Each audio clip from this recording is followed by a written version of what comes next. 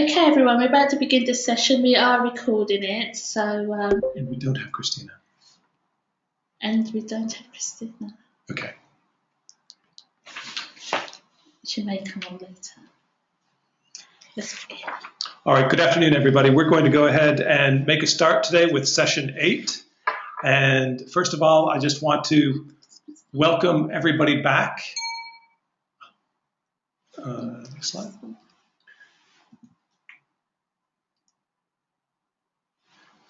So at this point, we still haven't heard from Simon or Shabana or Dee, but we will keep an eye out and watch for them to come on.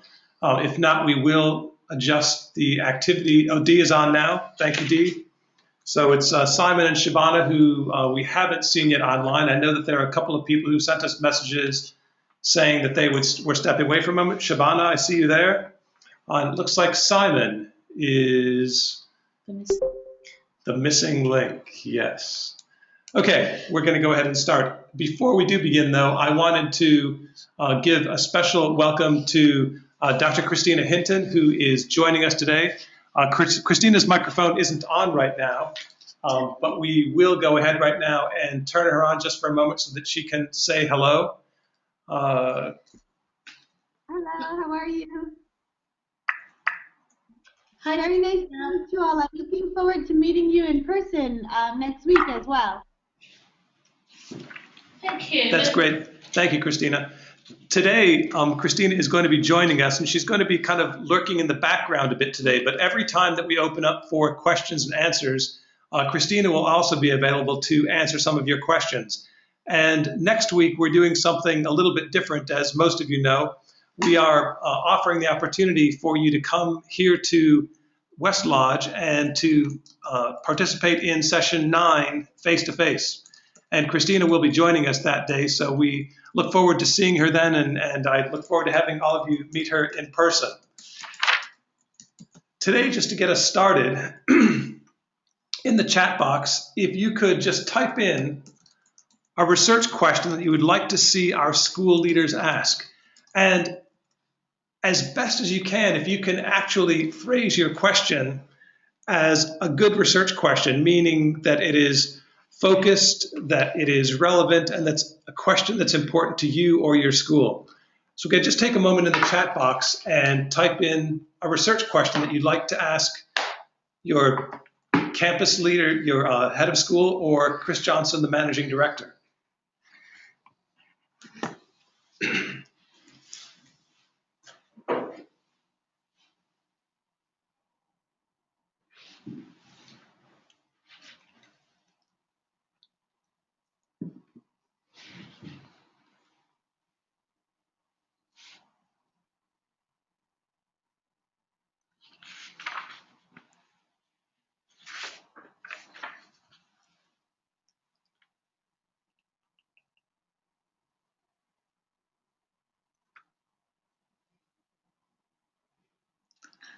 Okay, they've started to come through.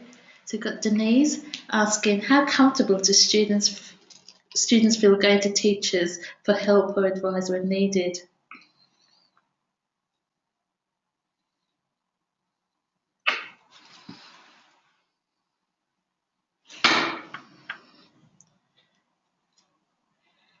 Dawn's asking, will implementing a new teacher mentoring program help to improve teacher wellbeing and teacher longevity at ACS?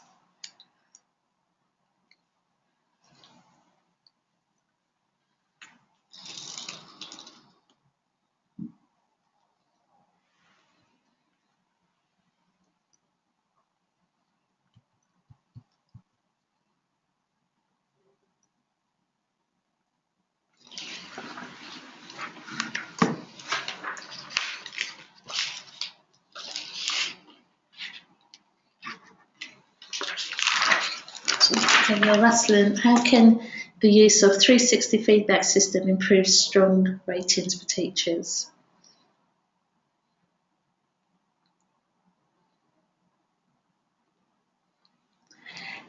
D, what can be done differently by the organisation to help maintain a healthy work-life balance?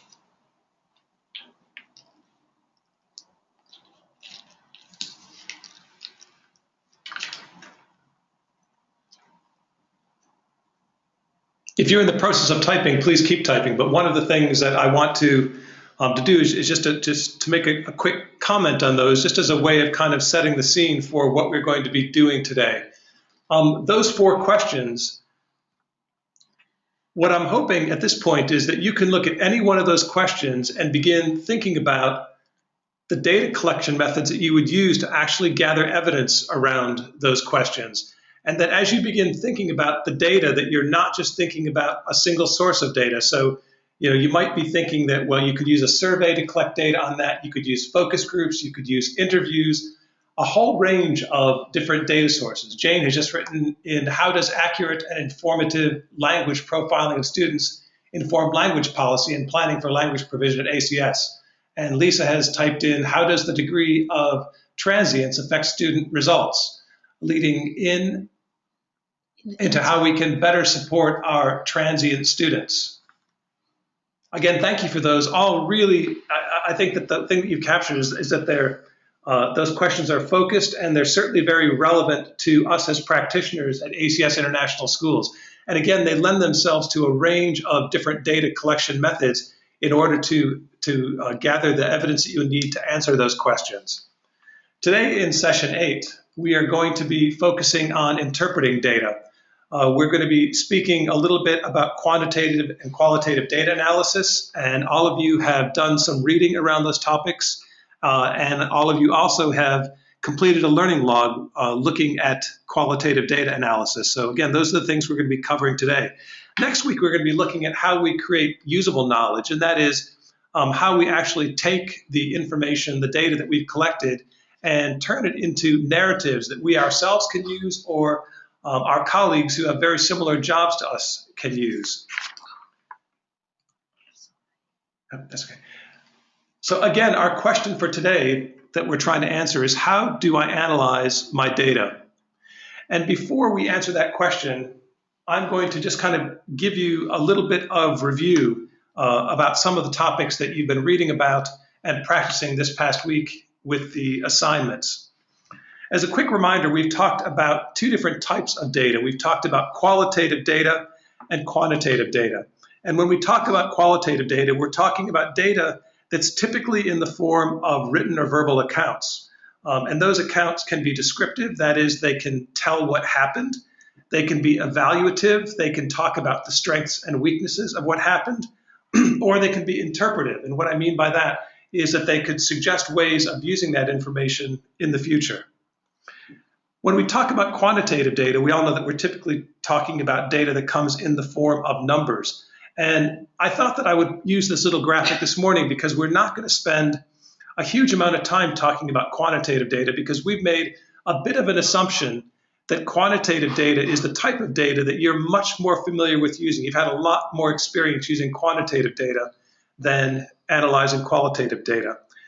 In this graphic, we make the distinction between quantitative data that is discrete and that is counted, and quantitative data that is continuous or measured.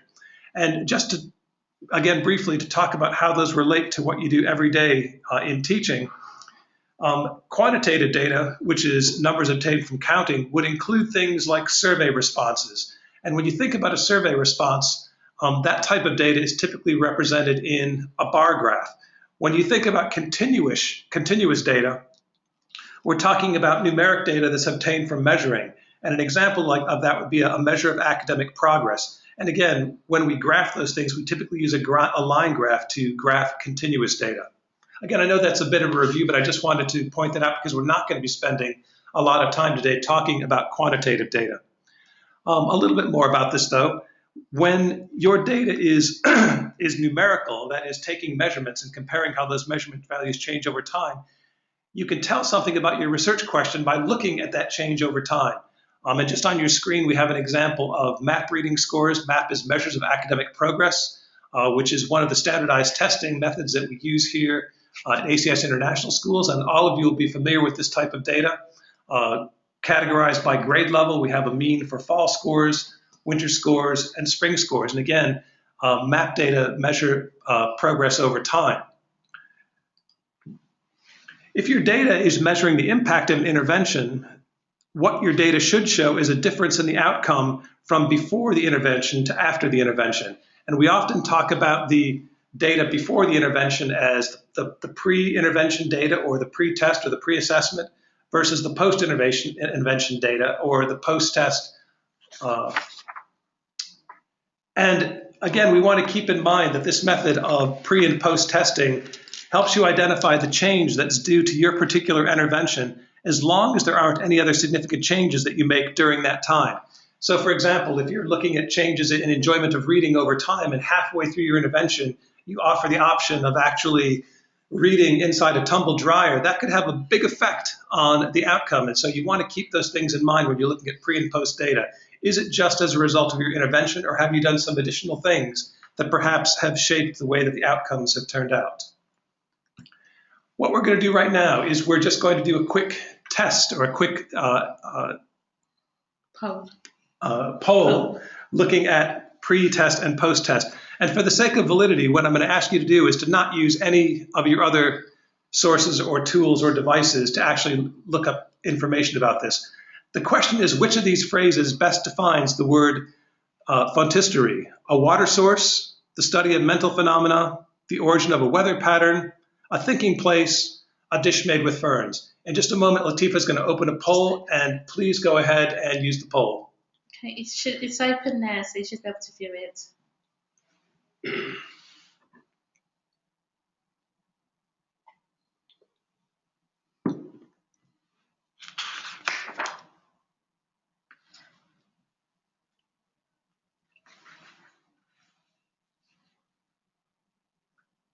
Have about half the people voting at this point, so we're still waiting for a couple more.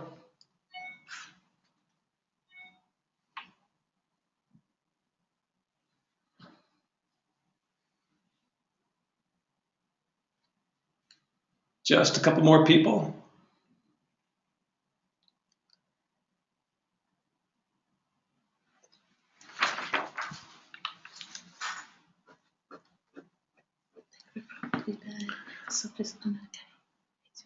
All right, so we have 0% have said it's a water source, 27% the study of mental phenomena, 18% the origin of a weather pattern, 36% a thinking place, and 18% a dish made with ferns.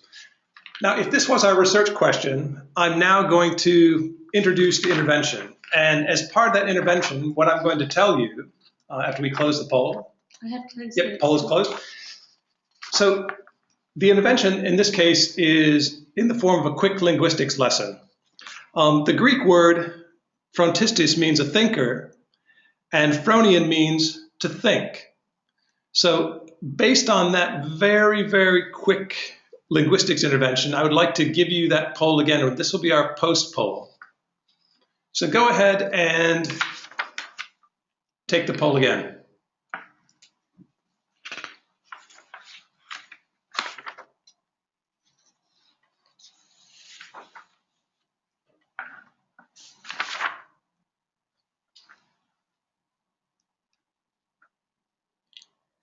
All right, I think we have 100% of the people voting, and we can see in the post poll that we have 100% of the people responding that this is a thinking place. So again, prior to the intervention, we had a whole mix of results. We had about 36% who said that the word frontistery meant a thinking place. After the intervention, we had 100% saying that the definition was a thinking place. If we compare the scores from poll 2 and from the pre-test poll and the post-test poll, those numbers tell us something about our particular intervention. In this case, they would suggest that the intervention was pretty successful, that providing you with those two small pieces of information actually completely changed your response to that question.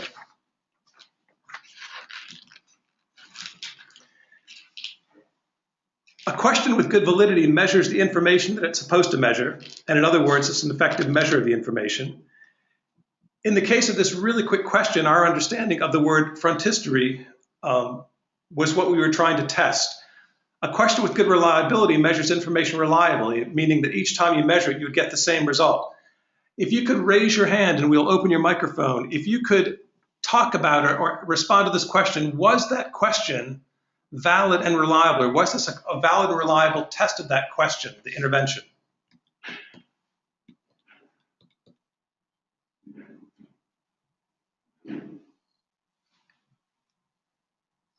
Ah, there we go. Okay, we've got Dawn. Dawn? Oh, Dawn, you need to unmute your microphone from your end. Okay. Better? Yes, much Yeah, okay.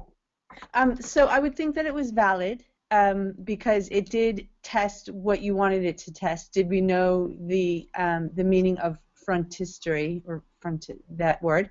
But I'm not sure that it was reliable, simply because when you gave the test and then you gave the test again, the difference in the results were significant. Okay. Does anyone else want to respond to this question? Yes, we've got Ruslan. Yes, go ahead, Ruslan. I have only 2 words to say: control group. And are you suggesting that we would have had another group who wouldn't have received the intervention and they would have been allowed to respond a second time? Yes, that's right. Okay. Thanks, Ruslan. Anybody else? Christina.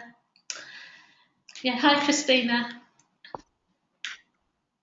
Hi there. I just wanted to say I agree with that comment.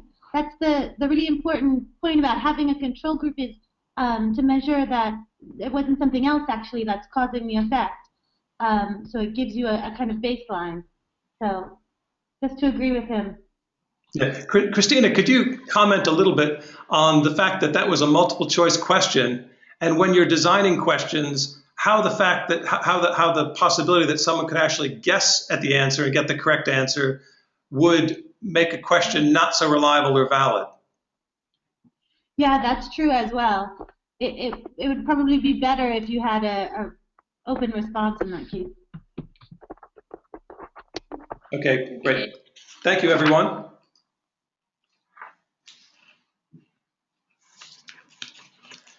So I said that we weren't going to spend very much time talking about quantitative data, and I wasn't kidding. That's our discussion around quantitative data. We are going to focus the rest of the session and part of the next session as well on qualitative data. And when your data is qualitative, your analysis is going to look at the data in a very different way. And again, I just want to remind you that Christina is here with us today, and if you do have questions as we go through this session, you can either use your chat box to text the questions to her directly, or you can just make a note of those questions, and when we get toward the end of the presentation, we will open up for questions in the way that we always do.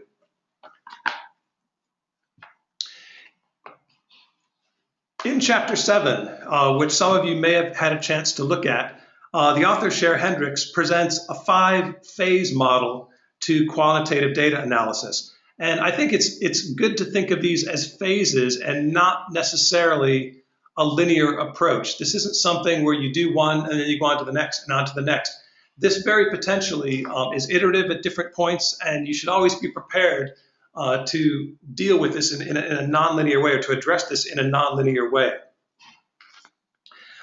Those 5 phases are compiling, disassembling, reassembling, interpreting, and concluding.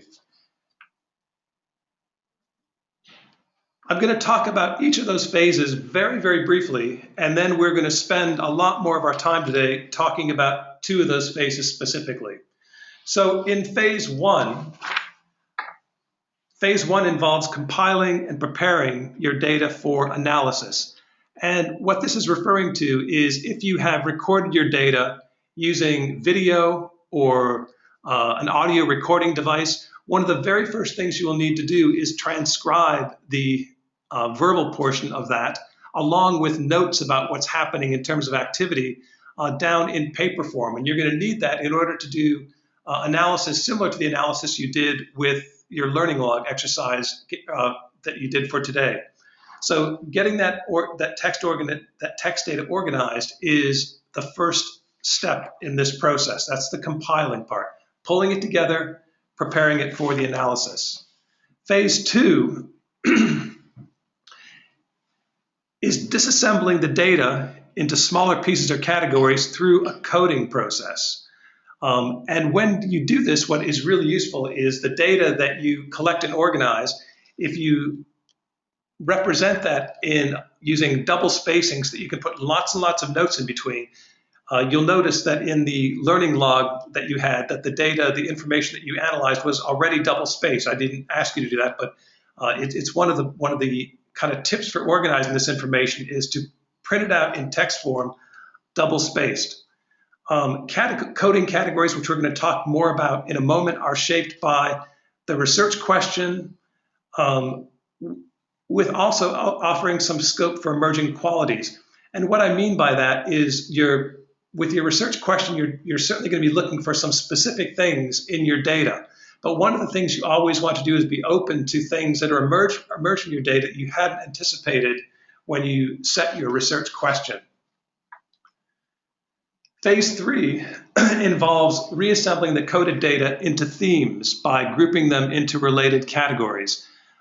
Sometimes those themes may be as simple as being binary, or they may represent a whole range of intervention-related recurring ideas. Oftentimes these ideas or the headings for these ideas come from the literature, so they may be ways that other researchers have categorized the possible outcomes of the piece of research that you're doing. And again, we're going to talk more about phase 3 in just a moment. Before we do that, again, just a little bit more information about this idea of themes or categories.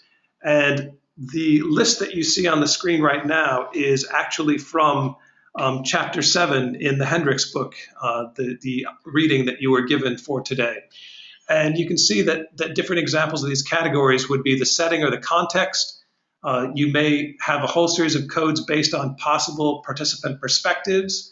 You may have a whole series of codes that have to do with defining the situation, ways of thinking, processes or patterns of behavior, events or that may be recurring events or one-off events that you are anticipating seeing as part of your intervention, strategies, or relationships. Again, these are all big category or theme headings that may be relevant to the research question that you're working with.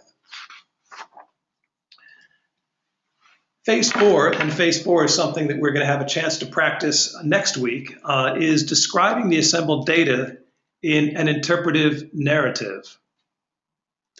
And finally, phase 5, again, which we'll follow up in the next sessions, has to do with drawing conclusions by relating the interpreted data to the research question.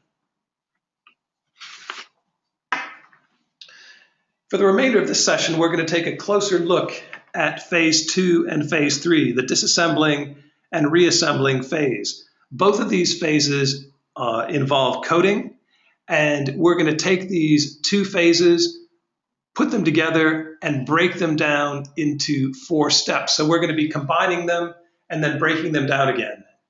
And the 4 steps that we're going to be using, step 1 will involve identifying substantive codes, and we're going to talk more about all of these in just a moment. Step 2, identifying selected codes. Step 3, listing selected codes with their examples. And step 4, applying the selected codes to the data. Again, we're going to take a quick look at all of these. You actually have practiced all of these in the learning log exercise that you did today, and you're going to be discussing those as part of our paired chat session today.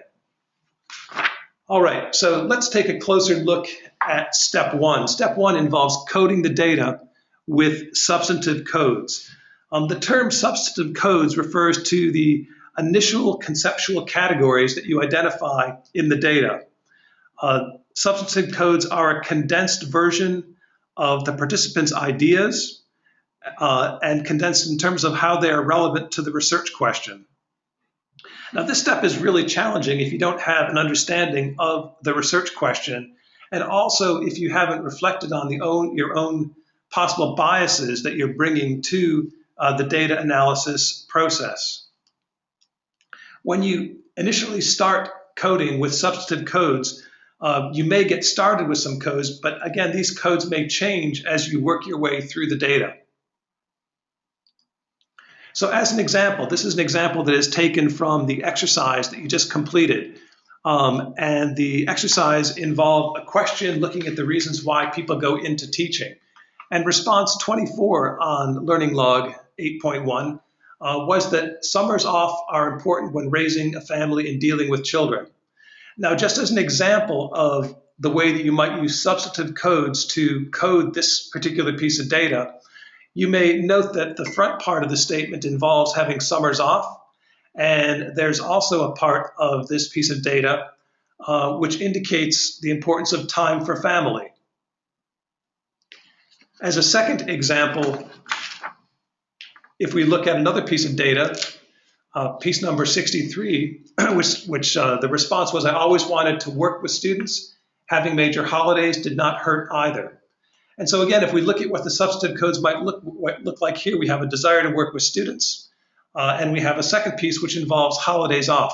As you can see, the substantive codes almost end up being a shorthand for the participant responses. But again, you're beginning to think already of how that shorthand might be similar in other responses so that you can begin to build a set of substantive codes which look similar to one another as you work your way through the data. And that takes us to step number 2 in the process, which is creating selective codes. So the substantive codes are kind of a shorthand for the things the participants have said. The selective codes begins to examine those substantive codes and combine them through a process of deductive and inductive thinking. And what you're doing here is you're looking for themes that you can map those concepts onto. So if we were to look at our list of substantive codes from just looking at those 2 pieces of data, this is our combined list. We had summers off, time for family, desire to work with students, and holidays off. And if I were looking at that set of substantive codes, one of the things that I would notice is that 3 of those, summers off, time for family, and holidays off, could be grouped under a selective code which has to do with work-life balance. All of those are examples of work-life balance. The concept of work-life balance comes from the literature. Based on having done a review of the literature after setting the research question, you might have decided that you're looking for evidence of work-life balance as an explanation for why people go into teaching is one of the things that you wanted to try to quantify. So again, working from those lists of substantive codes, one of the selective codes that we could form or we could come up with is work-life balance. Step number 3 is coding the data with the selective codes. And again, if we go back to our pieces of data piece number 24, summers off important when raising family, dealing with children. Even though this particular piece of data had 2 parts to it, both of them relate to work-life balance. Again, if we go to piece of data number 63, I had always wanted to work with students. Having major holidays did not hurt either. In this particular example, only half of the response has to do with work-life balance. The other one has to do with the desire to work with students. And again, this is just an example, but what I have assumed, or what we've assumed in this example, is that the desire to work with students would have been another one of those selective codes that we would have been grouping the substantive codes under. All right, step number 4, we're going to list the selective codes along with illustrative examples. So if our selective code is work-life balance, some of the different examples that we might have seen if we looked across all of the pieces of data were different examples, people talking about summers off, time for family, holidays off. And what we can see by doing this is now as we get ready to code all of the data, that we are going to consider all of those examples of all of those pieces, examples of work-life balance. So anytime we see summers off, time off for holiday, time off for family, holidays off, and we may have some other examples as well if we went through all the data, we're going to code those as evidence of work-life balance as a reason for going into teaching.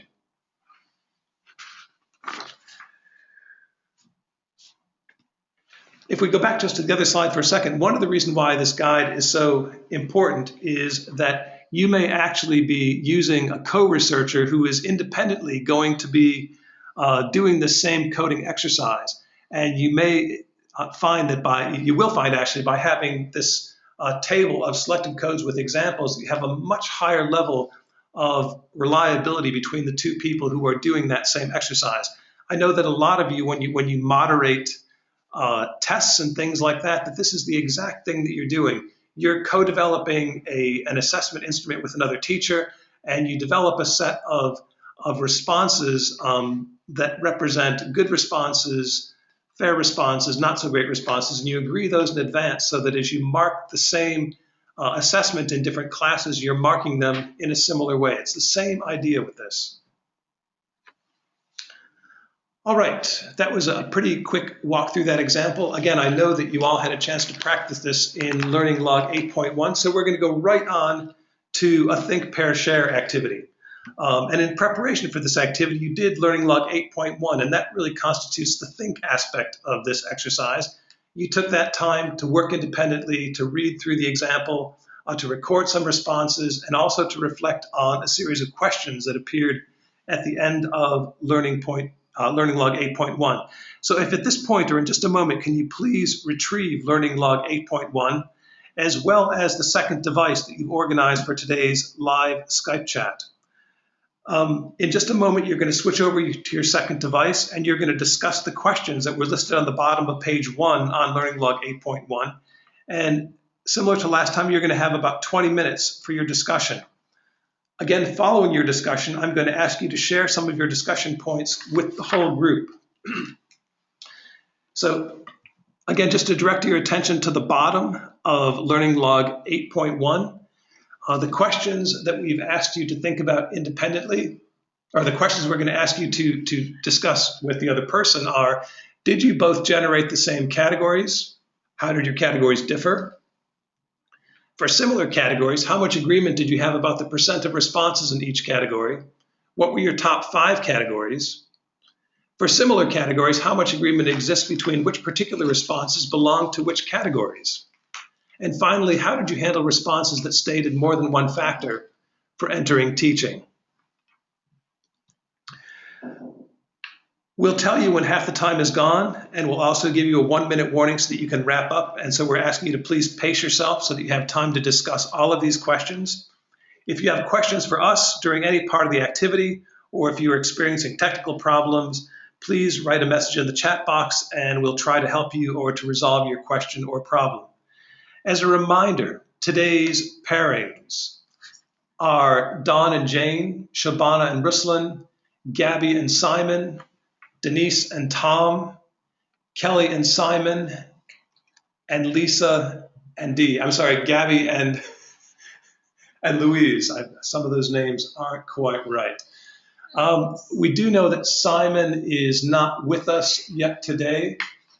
And so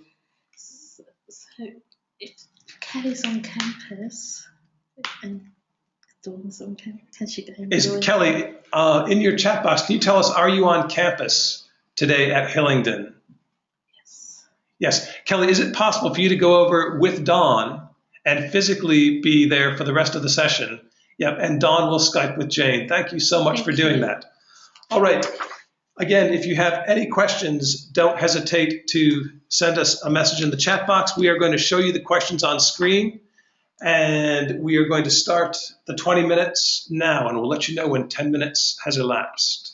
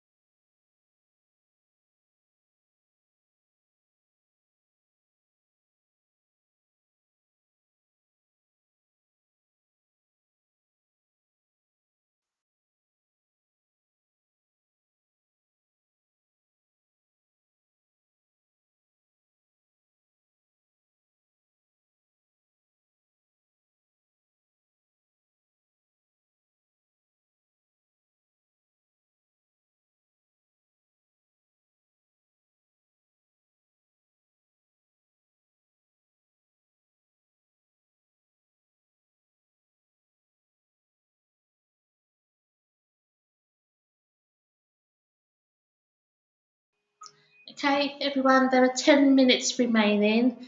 Please remember to pace yourselves and try to discuss all the questions. Okay, thanks. We'll let you know when there's 1 minute left.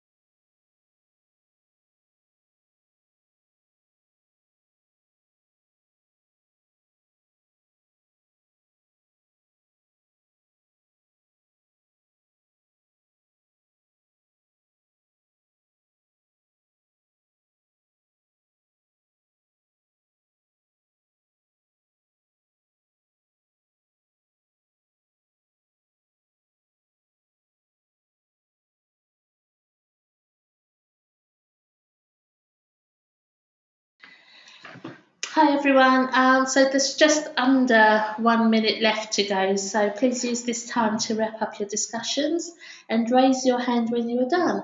Thank you.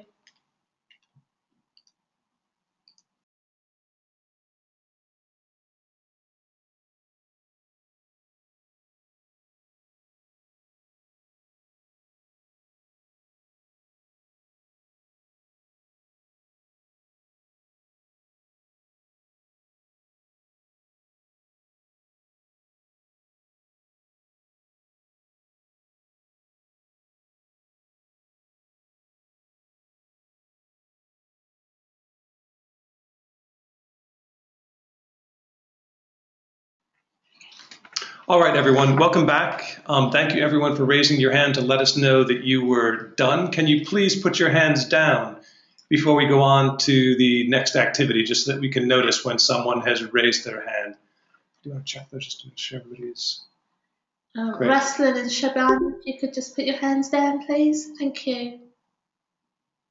Okay, yeah, Great, thank you. that's it. All right, we're going to go through the questions in a similar way to what we did last time. And what I would like you to do, please, is to raise your hand, and we will open your microphone when you have a response that you would like to share with us. And we'd like you to kind of share the discussion that you had with the person who you spoke with in your paired chat. So the first question that you looked at is, did you both generate the same categories, and how did your categories differ? Again, can you raise your hand if you would like to respond to that question, please?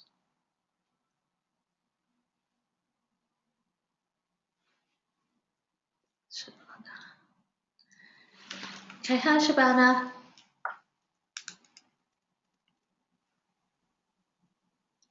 Shabana, can you Let's about me and hello. Hello? Can you hear me? Yes, we can. Yeah, Latifa, can you hear? Yes, I can hear you. Okay. Myself and Ruslan. Yeah. Myself and Ruslan, when we had our chat, we realized there were some categories which we had in common, and some of them differed. Like we realized there was something that was categorized as quality time spending together with the family on the vacation, and time spent caring, and about the teachers, categorized as having good teachers in school. And so we found some of those similarities when we chatted. Great, thank you, Shabana. Does someone else want to?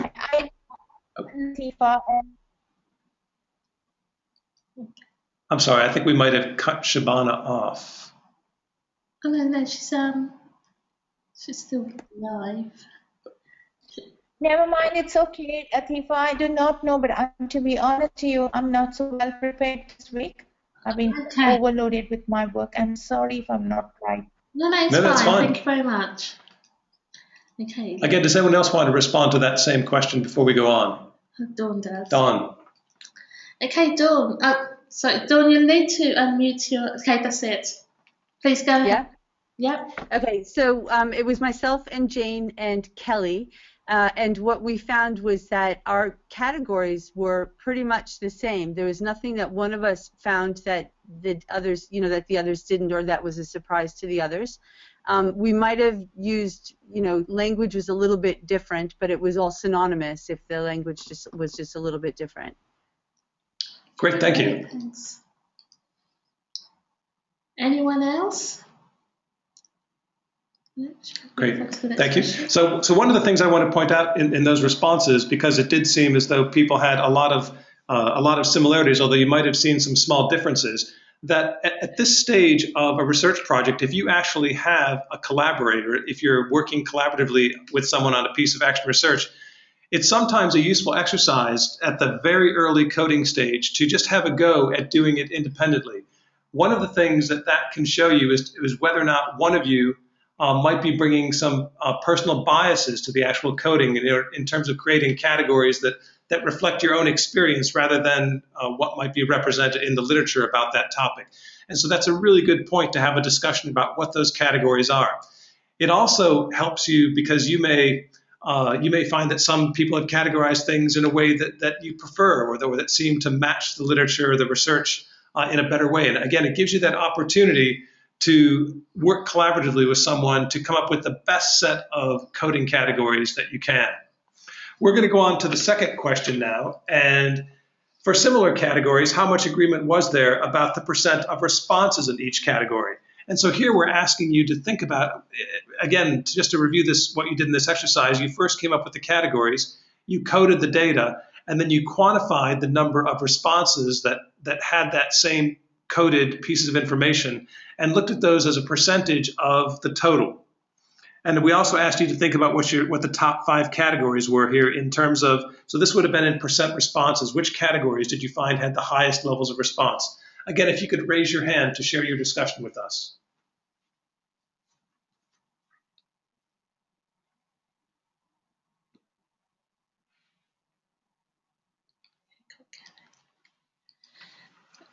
Okay, Kelly, I think you need to unmute your microphone. Okay, Kelly, go ahead. Yeah, we had love of children as our top category, closely followed by something along the lines of wanting to make a difference, and then inspiration from either family or teachers in the past, love of content, and then that was closely tied with or right ahead of something to do with the convenience of the job, the holidays, the schedule, the family time that it allowed. Okay, Kelly, did you find when you compared that those turned out to be your top 5, but did you find that you didn't necessarily have the same percentage for each of those, that even though you might have had those same categories, that you may not have coded the responses in the same way to get the same percentages? Yeah. We had a different number of categories and some good discussion around whether categories could be lumped together or not, and what our end number should be. Should have 64 being the total people who responded, but a much larger number total number of responses amongst 64 people. So our percentages did vary a bit. Great, thank you. Thank you. Anyone else?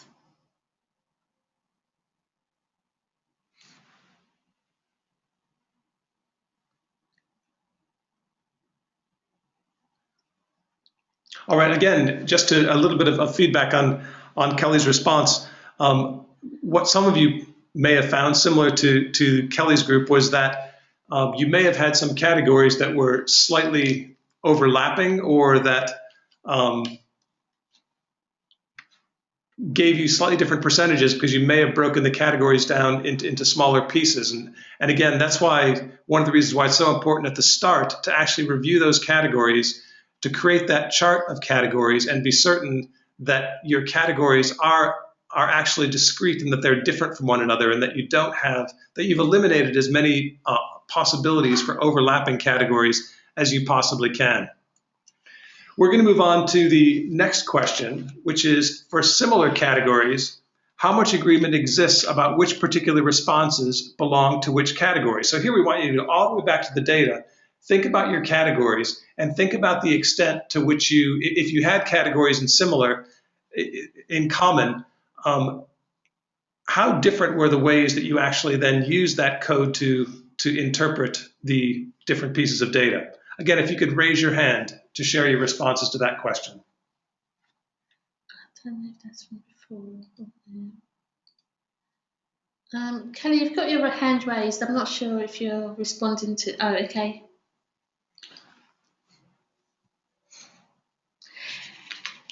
Right. Would anyone like to respond to this question?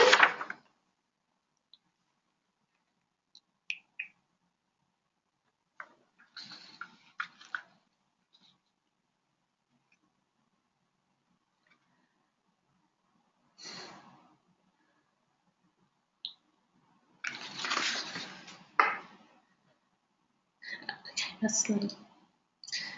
Go ahead, Ruslan. Hi. In the absence of anybody's answer, I just wanted to ask a question, and I want to get feedback from other participants about the 60th entry. As a child, I decided I wanted to be a teacher, but I wanted to be a good mother first. Teaching is the best fit with the motherhood. I have almost noted it into category of fit in terms of vacation and schedule, as some of the other participants stated that you know, the being mother and being at school actually fits well, and I wonder if it's my interpretation.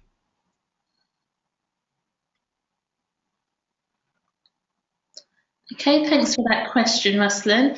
Would anyone like to answer that question?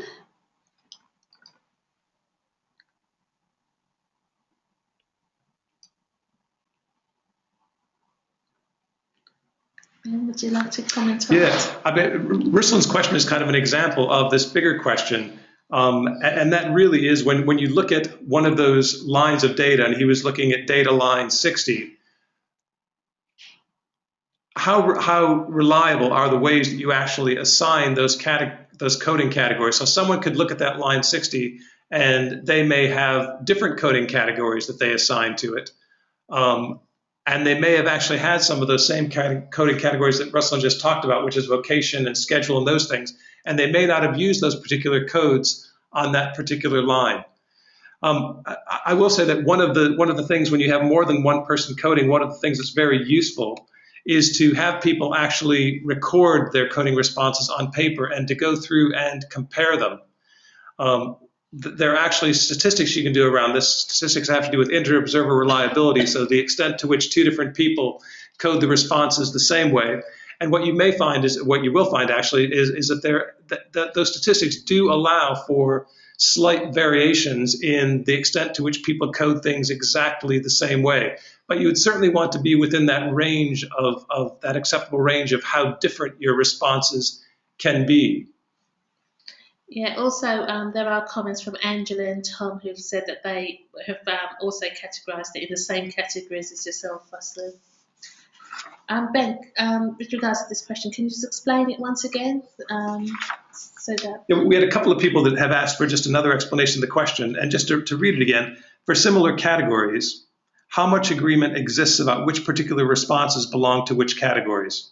And again, what this question is asking is when you look at a response such as response number 60 that Ruslan just read, and you add your coding pieces to that, how much agreement was there that those were the coding categories? And again, people may have used slightly different words, and we, through some of the chat responses, we see that a lot of people have used the same coding piece that Ruslan did in there. But again, pointing out that it is possible that you would use different codes and code those things differently, and you would want to understand the extent to which, if you were using more than one coder, that you were coding things in a similar way. Again, that's one of the reasons why creating that table of codes and examples is so important, because it makes it much easier. The code itself may not be that informative, but when you have both the code and the examples of what the code looks like in a response, it increases the possibility or the extent to which different observers are going to code that response the same way.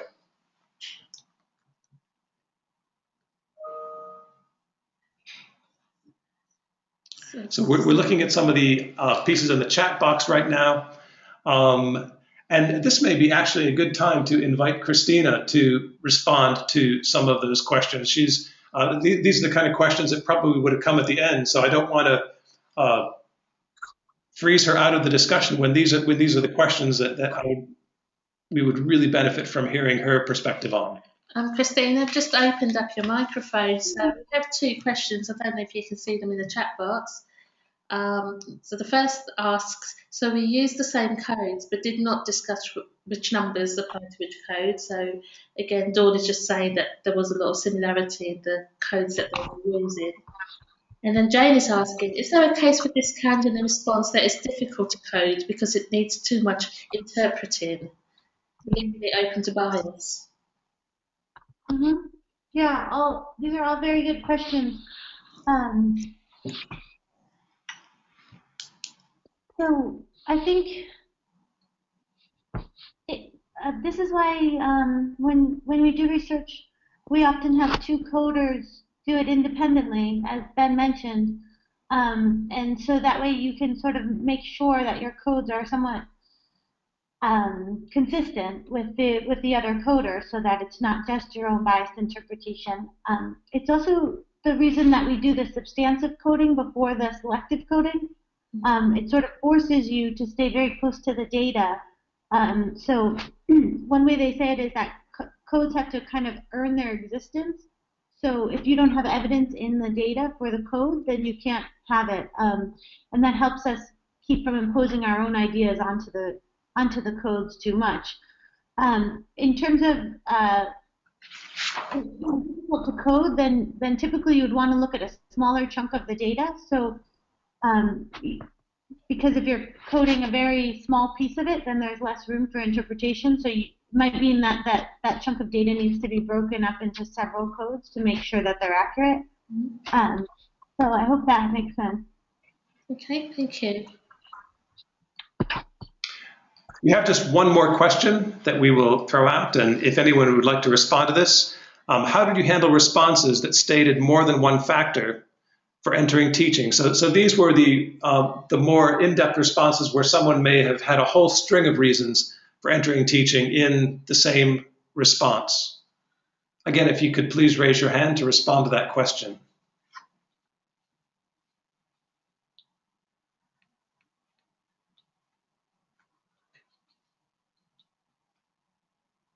Okay, there we go, we've got Denise. Hi Denise, go ahead. Hi, I went back to the reading because it is obvious that some have 2 or 3 different reasons.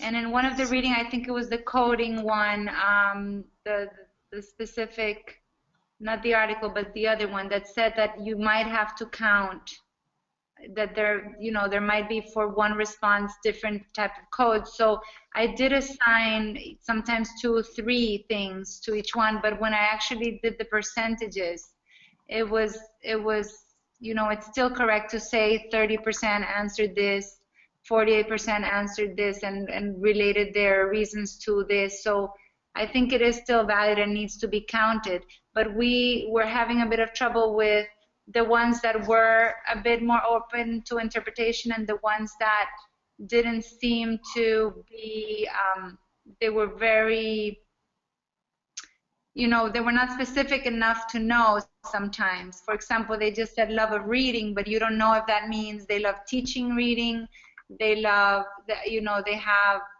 an ability for it. So those are the ones that I struggled with the most. Great, thank you for that. One of the things, just to add on what Denise has just said, because we did have some other questions before we started the session, is that when you think about the percentages, calculating the percentages of the frequency with which you're seeing these responses, each of those percentages really is independent. So if one of your, if the code that you're looking at has to do with work-life balance, you may have 60% of the respondents who noted work-life balance as a reason for going into teaching, meaning that 40% did not. And when you look at how you would graph this, if you were using pie charts, you would use pie charts for every code. You wouldn't be putting all the possible codes into a pie chart, because what you all have discovered, of course, is that the percentages add up to more than 100 when you're counting more than one code in each of those responses. So I want to thank you all very much for that. And I want to, because we're running close to the end of our time, I just wanted to open up and see if anyone had any questions that you'd like to ask either of us or of Christina. And again, you can either type your question into the chat box, or you can raise your hand and we will call on you to ask your question.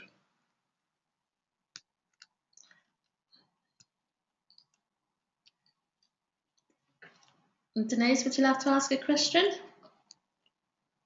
No, sorry, no. Okay. No questions. Okay, it doesn't look like we have any questions. Don't forget Christina. Oh, Christina's got her hand up herself. I was going to say Christina is here next week in person, so okay, go ahead, Christina. Oh, just one thing I wanted to emphasize is that everything is driven by your research question. So not all of your qualitative data is actually relevant. A lot of it you won't actually use. You only use the qualitative data that's relevant for your research question. So just to emphasize that, you're kind of mining through it to look for things that are relevant. You know, because sometimes people may go off on a tangent or something like that, and that's just fine, but that data won't be used actually. That's great. Christina, we have a question from one of our, from Dee, and she asks, would there be any relevance to the research question to know how many people gave multiple responses? Yes, definitely. I think knowing which themes are kind of stronger than others can be really helpful. And sometimes we indicate that, again, just in kind of a qualitative way, like most teachers, if it's over 50%, you know, most teachers mentioned this or that, but sometimes you can actually count the number and quantify that as well. So you can say something like 25% of teachers mentioned this and that. So Christina, also, aside from this study, if you were actually looking at a study that was looking at, for example, a depth of student responses, the number of different kinds of responses, the number of different pieces of information that a student might give you in response would be another example of why you might actually count all those different pieces, yeah? What do you mean? So if you were, if part of your research question had to do the extent to which people gave an in-depth response to that question, would that be another reason to pay more attention to how many responses were in each, how many different codes you would find in each response? Oh, within each response, how many codes? Oh, I see. Yeah, I suppose if you're interested in the depth of their thinking, one of the things you might look at in terms of analyzing complexity could be how many different ideas they included. But typically, unless your research question was related to that, as you just said, Ben, otherwise we would really just break it up into different buckets usually. Yeah. So different pieces of the response would be relevant to different buckets. Buckets meaning qualitative codes. Yeah. Great. Thank you. Thank you. Okay, so just before we finish today's session, just to remind you all that there will be a checkout survey, and we really do look at your checkout, your responses to the survey, so please take time. It only takes a couple of minutes to complete the survey, so that will be sent to you straight after tonight's session. And also Ben and I are out of the office for a few days, so what I will aim to do is to get you the course materials sometime tomorrow for next week's session. So I'm trusting that you will all complete the checkout survey. Okay, thank you very much. In addition to Learning Log 8.1, which you've been working on, don't forget there is another Learning Log 8.2 to record your learning from this session. Use it, it will help you sometime in the future, I'm sure. And finally, we'll see most of you in person next week. Yep. I want to thank Christina for joining us live today, and we look forward to having her face-to-face live here at West Lodge next week. So I hope you all have a great week. Thank you very much. Thank you very much. See you soon.